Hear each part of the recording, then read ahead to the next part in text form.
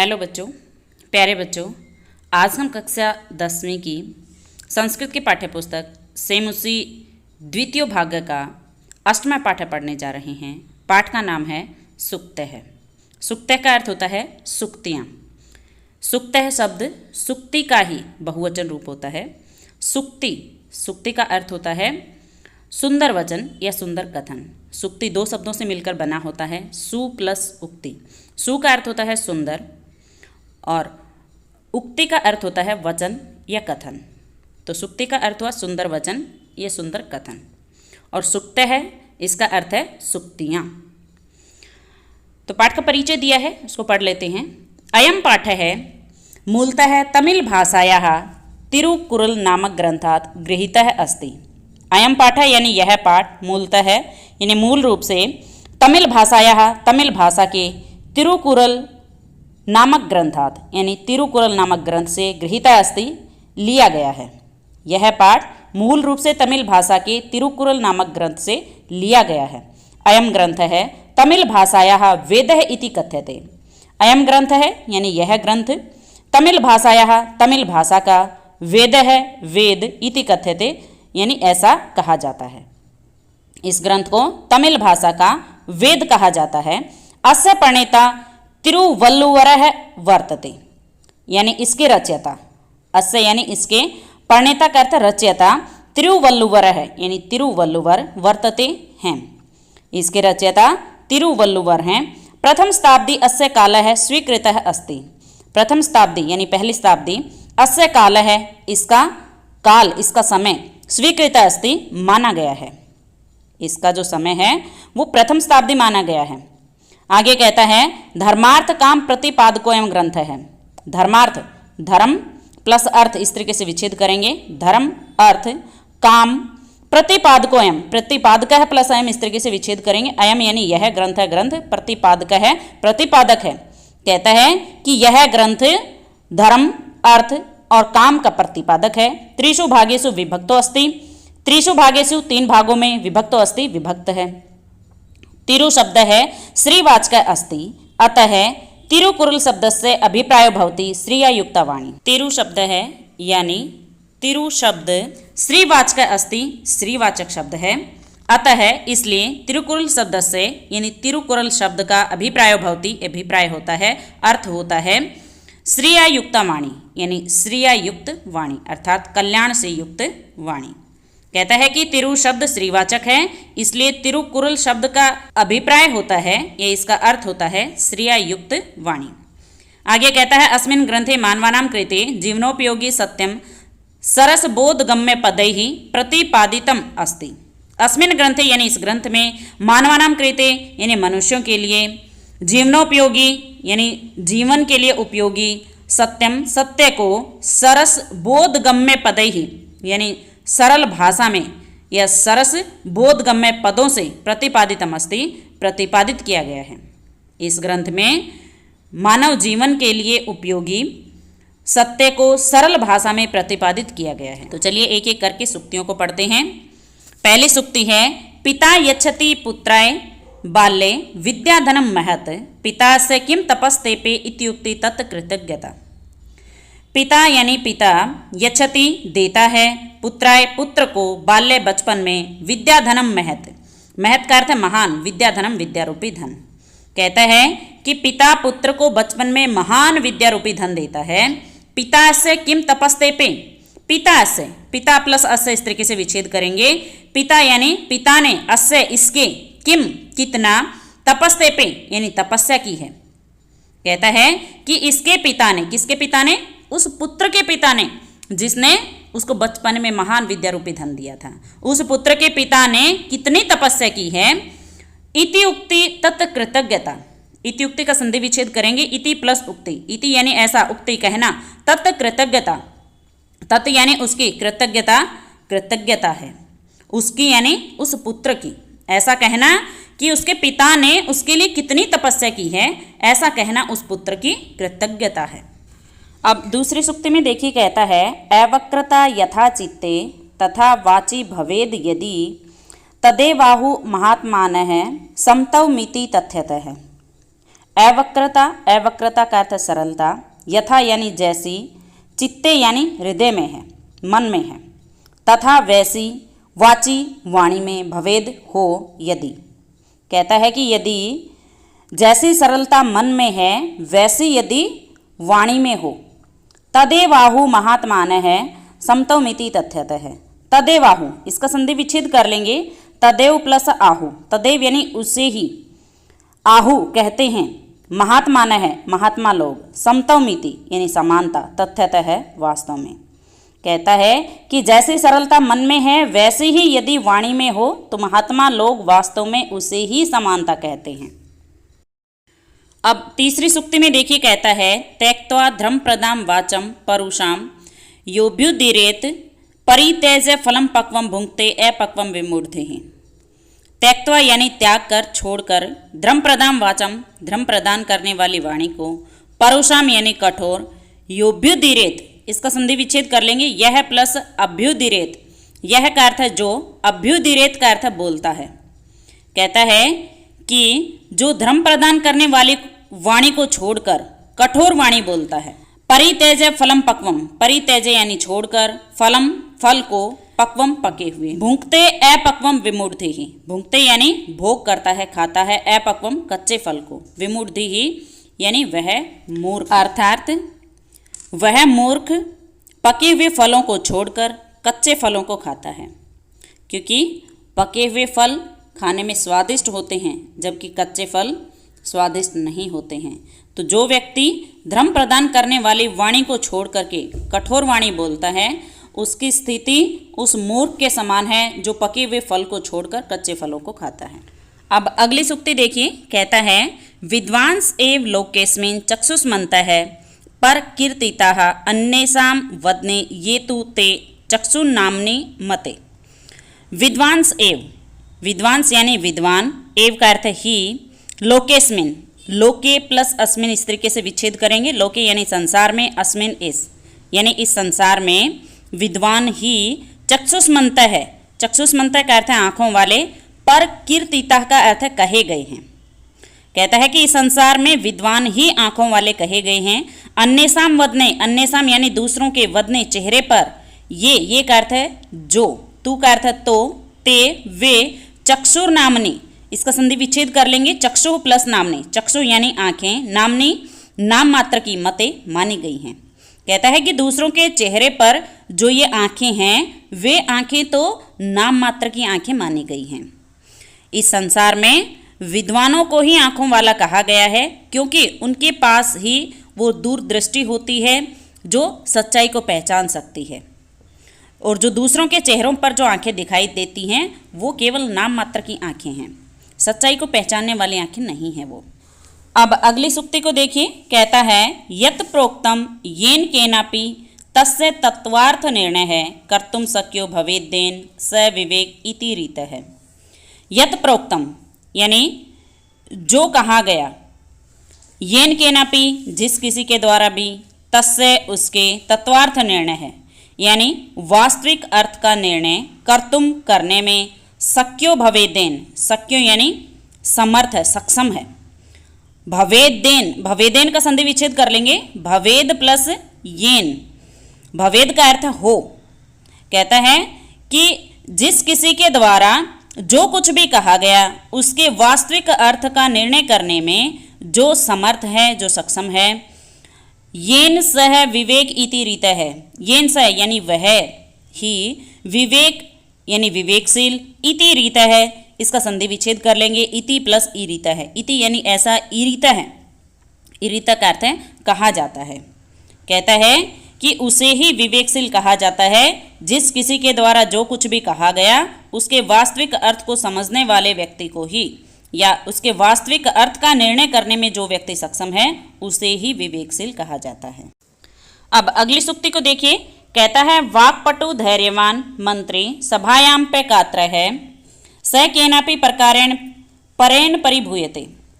वाक्पटु धैर्यवान, वाक्पटु का अर्थ है बोलने में होशियार, बोलने में चतुर, धैर्यवान धैर्यशील, मंत्री, सभायाम पे कात्र है इसका संधि विच्छेद कर लेंगे, सभायाम प्लस अपि प्लस अकात्र है, सभायाम का अर्थ सभा में, अपि का अर्थ भी, अकात्र है जो निडर होता है। यानी ऐसा मंत्री जो बोलने में चतुर हो, धैर्यवान हो और सभा में भी जो निडर रहे। स वह केनापि प्रकारेण, किसी भी तरह से, किसी भी प्रकार से, परेण, इसका संधि विच्छेद कर लेंगे, परई ही प्लस न, परई का अर्थ दूसरों के द्वारा, न का अर्थ नहीं, न का अर्थ लेंगे परिभूयते के साथ में, परिभूयते का अर्थ होता है अपमानित होता है, और न परिभूयते का अर्थ हो जाएगा अपमानित नहीं होता है। कहता है कि जो मंत्री बोलने में चतुर हो, धैर्यवान हो और सभा में जो निडर रहता है, वह दूसरों के द्वारा किसी भी तरह से, किसी भी प्रकार से अपमानित नहीं होता है। अब अगली सूक्ति को देखिए, कहता है यह इच्छेत आत्मनः श्रेयः प्रभुतानि सुखानि च न कुर्याद हितम कर्म स परिभ्यः कदापि च। यह यानी जो इच्छात्मनः है, इच्छेत आत्मनः का संधि विच्छेद कर लेंगे, इच्छति प्लस आत्मनः, इच्छति यानी चाहता है, आत्मनः है खुद का, स्वयं का, श्रेय यानी कल्याण, प्रभुतानि सुखानि च, च का अर्थ है और च का अर्थ लेंगे प्रभुतानि शब्द से पहले, प्रभुतानि का अर्थ है बहुत सारा, सुखानि सुख। कहता है कि जो व्यक्ति खुद का यानी स्वयं का कल्याण चाहता है और बहुत सारा सुख चाहता है, न कुर्याद हितम, न कुर्याद यानी नहीं करना चाहिए, कुर्याद हितम शब्द का संधि विच्छेद कर लीजिए, कुर्याद प्लस अहितम, कुर्याद का अर्थ ले लेंगे न के साथ में, न कुर्याद यानी नहीं करना चाहिए, अहितम, अहितम का अर्थ गलत, कर्म यानी कार्य, स उसे, परिभ्य है दूसरों का, कदापि कभी भी, च का अर्थ और। कहता है कि जो व्यक्ति खुद का कल्याण चाहता है और बहुत सारा सुख चाहता है, उसे दूसरों का गलत काम कभी नहीं करना चाहिए, अर्थात उसे दूसरों का बुरा कभी नहीं करना चाहिए। अब अगली सूक्ति को देखिए, कहता है आचार्य है प्रथमो धर्म है इत्येतद् विदुषां वचः है तस्माद् रक्षेत सदाचारम प्राणेभ्योऽपि विशेषतः है। आचार्य है यानी आचार यानी सदाचार, प्रथमो धर्म है पहला धर्म है, इत्येतद्, इत्येतद् का संधि विच्छेद करेंगे, इति प्लस एतद्, इति यानी ऐसा, एतद् यह, विदुषां वचः है, विदुषां का अर्थ है विद्वानों का, वचः यानी वचन है या कथन है। कहता है कि आचरण, हमारा जो आचरण है, हमारा जो सदाचार है, वो व्यक्ति का पहला धर्म होता है, ऐसा विद्वानों का कहना है, विद्वानों का कथन है। तस्माद रक्षेत सदाचारम प्राणेभ्योऽपि विशेषतः, तस्माद यानी इसलिए रक्षेत रक्षा करनी चाहिए, सदाचारम सदाचार की, आचरण की, प्राणेभ्योऽपि यानी प्राण देकर के भी, विशेषतः है विशेष रूप से। कहता है कि सदाचार व्यक्ति का पहला धर्म होता है, ऐसा विद्वानों का कहना है, इसलिए सदाचार की प्राण देकर के भी विशेष रूप से रक्षा करनी चाहिए। और इसी के साथ पाठ का हिंदी अनुवाद पूर्ण होता है। चलिए अब अभ्यास की ओर बढ़ते हैं। प्रश्न नंबर 1 देखें, कहता है एक पदेन उत्तरम लिखत, यानी एक पद में उत्तर लिखें। पहला प्रश्न है पिता पुत्राय बाल्ये किम यच्छति, पिता पुत्र के लिए बचपन में क्या देता है। तो बचपन में पिता पुत्र को महान विद्यारूपी धन देता है। उत्तर लिखेंगे महत विद्याधनम। अगला प्रश्न है विमूढ़धिः कीदृशं वाचं परित्यजति, यानी मूर्ख व्यक्ति कैसी वाणी छोड़ता है। तो धर्म प्रदान करने वाली वाणी छोड़ता है, तो आप लिखेंगे धर्म प्रदान।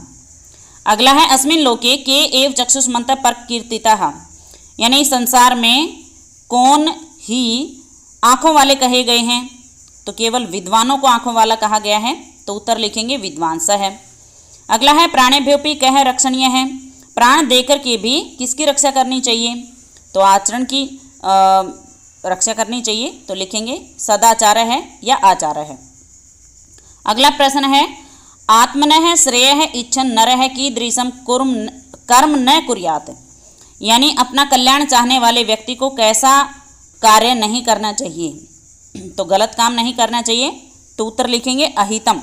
अगला प्रश्न है वाची का भवेत, वाणी में क्या होना चाहिए। तो वाणी में सरलता होनी चाहिए, उत्तर लिखेंगे अवक्रता। अब प्रश्न नंबर 2 को देखें। कहता है स्थूल पदानि आधृत्य प्रश्न निर्माणम कुरुत, स्थूल पद के आधार पर प्रश्न का निर्माण करें। जैसे विमूढ़धिः पक्वम फलम परित्यज्य अपक्वम फलम भुंक्ते, इसमें विमूढ़धिः ये स्थूल पद था, तो इसके स्थान पर प्रश्नवाचक शब्द प्रयोग किया है कह, कह पक्वम फलम परित्यज्य अपक्वम फलम भुंक्ते। इसी तरीके से अगला आपसे पूछा है संसारे विद्वांस है ज्ञान चक्षुभिः नेत्रवन्तः कथ्यते। इसमें स्थूल पद दिया है विद्वांस है। जब भी आप इस तरह के प्रश्नों को हल करेंगे तो स्थूल पद या रेखांकित पद में सबसे पहले आपको लिंग, विभक्ति और वचन 3 चीज़ें पता करनी है। उसके बाद सिंपली आपको किम के शब्द रूप से रिप्लेस कर देना है। जैसे विद्वांस है, ये लिंग के आधार पर पुल्लिंग शब्द है, प्रथमा विभक्ति बहुवचन में ऐसा रूप बनता है। अब आप किम का पुल्लिंग शब्द रूप देखेंगे, प्रथमा विभक्ति चलेगी कह, कऊ, के। हमें चाहिए प्रथमा विभक्ति बहुवचन, तो प्रथमा बहुवचन में बनेगा के। तो विद्वांस शब्द रिप्लेस हो जाएगा के से और प्रश्न का निर्माण इस तरह से हो जाएगा संसारे के ज्ञान चक्षुभिः नेत्रवन्तः कथ्यन्ते और अंत में आ जाएगा प्रश्नवाचक चिन्ह। अगला है जनकेन सुताय सस्वे विद्याधनम दीयते। इसमें स्थूल पद दिया है सुताय। सुताय शब्द लिंग के आधार पर पुल्लिंग शब्द है और इसमें चतुर्थी विभक्ति एक वचन का प्रयोग हुआ है। जैसे बालक से बालकाय बनता है तो सुत से बना है सुताय, जिसका अर्थ होता है पुत्र के लिए। तो सुताय पुल्लिंग शब्द है, चतुर्थी विभक्ति एक वचन का यहाँ पर प्रयोग हुआ है। अब आप किम का पुल्लिंग शब्द रूप देखेंगे, चतुर्थी विभक्ति एक वचन में शब्द बनेगा कस्मई।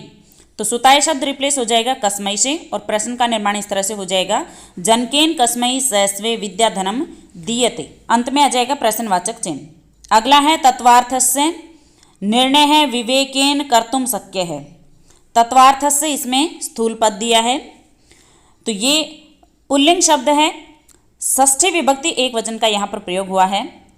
किम का पुल्लिंग शब्द रूप देखेंगे, षष्ठी विभक्ति चलेगी कस्य कयोः केशाम। हमें चाहिए षष्ठी विभक्ति एक वचन, तो षष्ठी एक वचन में शब्द बनेगा कस्य। तो तत्वार्थस्य शब्द रिप्लेस हो जाएगा कस्य से और प्रश्न का निर्माण इस तरह से हो जाएगा कस्य निर्णय है विवेकेन कर्तुम शक्य और अंत में आएगा प्रश्नवाचक चिन्ह। अगला है धैर्यवान लोके परिभवम न प्राप्नोति। स्थूल पद दिया है लोके। लोके का अर्थ है संसार में, तो ये पुल्लिंग शब्द है और सप्तमी विभक्ति एक वचन का यहाँ पर प्रयोग हुआ है। किम का पुल्लिंग शब्द रूप सप्तमी विभक्ति चलेगी कस्मिन कयोः केशु। हमें चाहिए सप्तमी एक वचन, तो ये शब्द रिप्लेस हो जाएगा कस्मिन से। दूसरा, यहाँ पर जगह की बात हो रही है, तो जगह के लिए हम प्रश्नवाचक शब्द कुत्र का प्रयोग करते हैं। तो या तो आप इसको कस्मिन से रिप्लेस कर सकते हैं या फिर कुत्र से भी आप इसको रिप्लेस कर सकते हैं और प्रश्न का निर्माण इस तरीके से कर सकते हैं धैर्यवान कुत्र अथवा कस्मिन परिभवम न प्राप्नोति और अंत में आ जाएगा प्रश्नवाचक चिन्ह। अगला है आत्म कल्याणम इच्छन नरः परेशान अनिष्टम न कुर्यात्। इसमें स्थूल पद दिया है परेशान। परेशान ये पुल्लिंग शब्द है, षष्ठी विभक्ति बहुवचन का यहाँ पर प्रयोग हुआ है।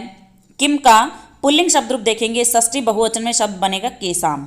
तो परेशान शब्द केसाम से रिप्लेस हो जाएगा और प्रश्न का निर्माण इस तरह से हो जाएगा आत्म कल्याणम इच्छन नरः केसाम अनिष्टम न कुर्यात् और अंत में आएगा प्रश्नवाचक चिन्ह। अब प्रश्न नंबर 3 देखें। कहता है पाठात् चित्वा अधोलिखितानां श्लोकानां अन्वयम् उचित पद कर्मेण पूरयत। पाठ से चुन करके नीचे लिखे गए श्लोकों का अन्वय उचित पद कर्म से पूरा करें। जैसे पहला है पिता डैश बाल्ये महत् विद्या धनम यच्छति अस्य पिता किम तपः तेपे इति उक्ति डैश। तो ये पहला ही श्लोक है, पहली ही सूक्ति है जिसका अन्वय दिया हुआ है। तो पिता के बाद जो रिक्त स्थान है उसमें आ जाएगा पुत्राय, यानी पिता पुत्र को बचपन में महान विद्या रूपी धन देता है। अस्य पिता किम तपः तेपे इति उक्ति डैश। तो यहाँ पर रिक्त स्थान में आएगा तत् कृतज्ञता, यानी उसके पिता ने कितनी तपस्या की ऐसा कहना उसकी कृतज्ञता है। अब अगला दिया है येन डैश यत् प्रोक्तम तस्य तत्वार्थ निर्णय है येन कर्तुम डैश भवेत सह डैश इति डैश। तो ये 5वीं सूक्ति से है। तो पहले रिक्त स्थान में आएगा येन डैश, यहाँ पर आएगा केनापि, येन केनापि यत् प्रोक्तम, यानी जिस किसी के द्वारा जो कुछ भी कहा गया, तस्य तत्वार्थ निर्णय है उसके वास्तविक अर्थ का निर्णय। येन कर्तुम डैश, यहाँ पर रिक्त स्थान में आ जाएगा शक्य, येन कर्तुम शक्य भवेत, जो करने में सक्षम है, समर्थ है।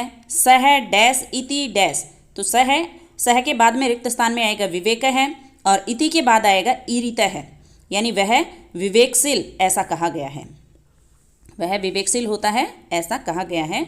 जिस किसी के द्वारा जो कुछ भी कहा गया उसके वास्तविक अर्थ का निर्णय करने में जो व्यक्ति सक्षम होगा वह विवेकशील कहा गया है। अब अगला देखिए, अगला दिया है यह आत्मनः श्रेय है डैश सुखानि च इच्छति परेभ्यः अहितम डैश कदापि च न डैश।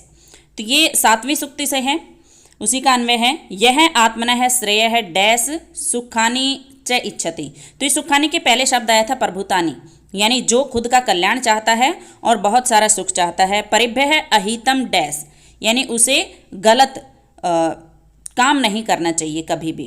तो यहाँ पर अहितम के बाद में आएगा कर्म।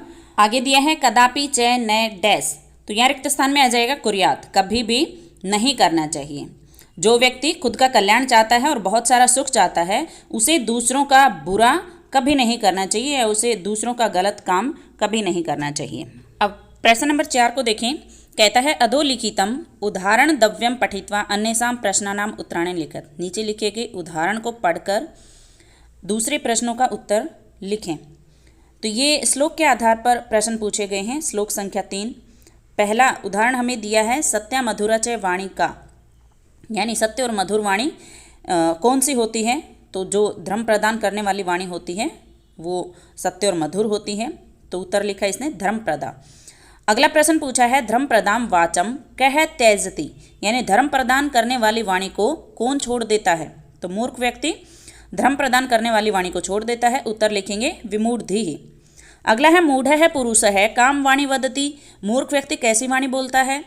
तो कठोर वाणी बोलता है। उत्तर लिखेंगे परुषाम। अगला प्रश्न है मंदमति ही कीदृशम फलम खादति, यानी मंद बुद्धि कैसा फल खाता है या मूर्ख व्यक्ति कैसा फल खाता है? तो कच्चा फल खाता है। उत्तर लिखेंगे अपक्वम। अब अगला ख भाग में देखिए, श्लोक संख्या 7 से प्रश्न पूछे गए हैं। उदाहरण दिया है बुद्धिमान नरः किम इच्छति, बुद्धिमान व्यक्ति क्या चाहता है? तो बुद्धिमान व्यक्ति खुद का कल्याण चाहता है। तो उत्तर लिखा है आत्मनः श्रेय है। अगला प्रश्न हमसे पूछा है कियन्ति सुखानि इच्छति, यानी कितना सुख चाहता है? तो बहुत सारा सुख चाहता है। इसके लिए एक शब्द आया था प्रभुतानि, तो उत्तर लिखेंगे प्रभुतानि। अगला है स है कदापि किम न कुर्यात, उसे कभी भी क्या नहीं करना चाहिए? उसे कभी भी गलत काम नहीं करना चाहिए। उत्तर लिखेंगे अहितम कर्म। अगला प्रश्न पूछा है स है केभ्यः अहितम न कुर्यात, उसे किसका बुरा नहीं करना चाहिए या किसका गलत नहीं करना चाहिए? तो उसे दूसरों का बुरा नहीं करना चाहिए। उत्तर लिखेंगे परेभ्यः। अब प्रश्न संख्या 5 को देखें। कहता है मंजूषायाः तद्भावात्मक सुक्ति ही विचिते अधोलिखित कथनानाम समक्षम लिखत। मंजूषा से उसकी भावात्मक सुक्ति यानी उसी अर्थ वाली सुक्ति को चुन करके नीचे लिखे गए कथनों के सामने लिखें। तो मंजूषा में दिए गई सुक्तियों का जो अर्थ है उसको एक बार देख लें। पहला है आचारेण तु संयुक्त है संपूर्ण फल भाग भवेत, यानी आचरण से युक्त संपूर्ण फल भाग्य से होता है। अगला है मनसी एकम वत्सी एकम कर्मणि एकम महात्मनाम, यानी मन एक वचन एक वाणी एक कर्म एक, ये महात्माओं के लक्षण हैं। विद्या धनम सर्व धन प्रधानम, विद्या रूपी धन सभी धनों में प्रधान है। सम वो मनांसी जानताम, यानी सभी के मन समान हो। विद्या धनम श्रेष्ठम तन्मूल मित्र धनम, कहता है कि विद्या रूपी धन श्रेष्ठ है और उसका जो मूल है वो उससे भी श्रेष्ठ है। आगे कहता है आचार प्रभवो धर्म है संतस चार लक्षणः, यानी आचार या सदाचार से उत्पन्न धर्म सज्जनों के आचरण के लक्षण हैं, उनके सदाचार के लक्षण हैं। तो पहला इसने दिया है विद्या धनम महत, यानी विद्या रूपी महान धन। तो विद्या धन से संबंधित जो भी सुक्तियाँ यहाँ पर मंजूषा में दी हैं उनको उठा करके यहाँ पर रखेंगे। तो एक तो दिया है विद्या धनम सर्व धन प्रधानम, विद्या रूपी धन सभी धनों में प्रधान है। और दूसरी सुक्ति है विद्या धनम श्रेष्ठम तन्मूल मित्र धनम, यानी विद्याधन श्रेष्ठ है और उसका मूल उससे भी श्रेष्ठ है। फिर दूसरी सुक्ति दी इसने आचार है प्रथमो धर्म है, यानी आचरण सदाचार पहला धर्म है। तो आचरण से संबंधित जो भी सुक्तियाँ मंजूषा में दी हैं उसको उठा करके रखेंगे। जैसे पहला है आचरण तो संयुक्त है संपूर्ण फल भाग भवेत। फिर दूसरा है आचार प्रभवो धर्म है संतस चार लक्षणः। फिर अगला दिया है चित्ते वाची च अवक्रता एव समतव, यानी चित्त में हृदय में और वाणी में सरलता ही समानता है। तो इससे संबंधित जो भी सुक्तियाँ मंजूषा में हैं उनको एक एक करके रखेंगे। जैसे पहला है सम वो मनांसी जानताम, सभी के मन समान हो। अगला है मनसी एकम वत्सी एकम कर्मणि एकम महात्मनाम, यानी मन एक, वचन एक, कर्म एक, ये महात्माओं के लक्षण होते हैं। अब प्रश्न संख्या 6 देखिए, इसे 2 भागों में विभक्त किया है। पहले भाग में कहता है अधोलिखितानां शब्दानां पुरतः उचितम विलोम शब्दम कोष्ठकात् चित्वा लिखत। नीचे लिखे गए शब्दों के सामने उनके उचित विलोम शब्द कोष्ठक से चुन करके लिखें। जैसे पहला है पक्व है, पक्व यानी पका हुआ, तो इसका विलोम शब्द कोष्ठक में दिया है अपक्व है। अगला है विमूढ़धि ही, तो इसका हो जाएगा शुद्धि ही। कात्र है, इसका हो जाएगा अकात्र है। कृतज्ञता, तो इसका हो जाएगा कृतघ्नता। अगला है आलस्यम, तो इसका हो जाएगा उद्योग है।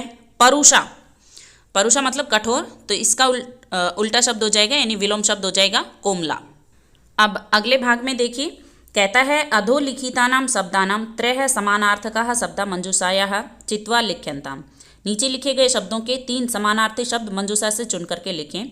जैसे पहला है प्रभुतम, प्रभुतम का अर्थ होता है बहुत सारा, तो इससे संबंधित शब्द हैं भूरी, बहु और विपुलम, तीनों का ही शब्द होता है बहुत।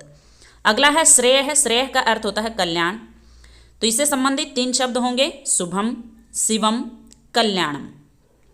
अगला है चित्तम, चित्तम का अर्थ होता है चित्त यानी हृदय, मन, तो इससे संबंधित शब्द हैं मानसम, मन है, चेत है।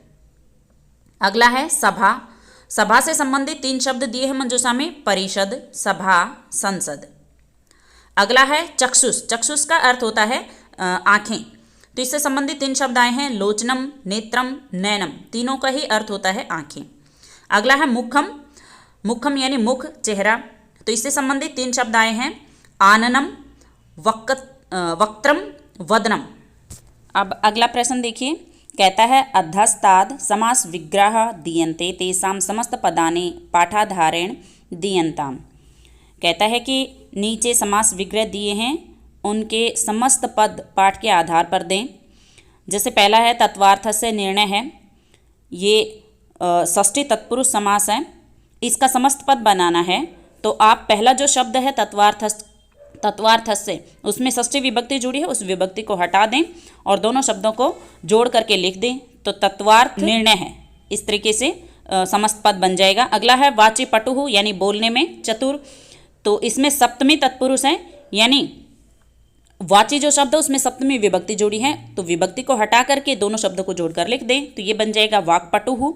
अगला है धर्म प्रददाति इति ताम, यानी धर्म प्रदान करने वाला है जो वह, तो ये दिया है उपपद तत्पुरुष, तो इसका बन जाएगा धर्म प्रदान, धर्म प्रदान करने वाला। अगला है न कात्र है, ये न तत्पुरुष समास है, तो ये हो जाएगा अकात्र है। अगला है न हितम, ये बन जाएगा अहितम, ये भी न तत्पुरुष समास है। अगला है महान एत्मा येषां, महान है आत्मा जिनकी, तो ये बनेगा महात्मा, बहुब्रीहि समास है यहाँ पर। अगला है विमूढ़ाधिः यस्य स है, मूर्ख है बुद्धि जिनकी वह, मूर्ख है बुद्धि जिसकी वह, तो ये बनेगा विमूढ़धिः, यहाँ पर भी बहुब्रीहि समास है। और इसी के साथ पाठ का अभ्यास पूर्ण होता है। अगर किसी बच्चे को किसी तरह का कोई डाउट है तो कमेंट बॉक्स में लिख करके अपना डाउट पूछ सकते हैं। वीडियो देखने के लिए आपका बहुत बहुत धन्यवाद।